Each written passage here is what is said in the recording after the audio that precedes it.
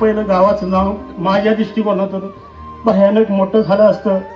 भरपूर त्यानं कामावलं असलं की यासारखा पैलवान आणि त्यानं कुस्ती क्षेत्राला 52 डावामध्ये पट काढावा आणि किस्सा काढावा तर शुभम घारगेनंच काढावा ही मी प्रत्येकाला सांगितलं होतं.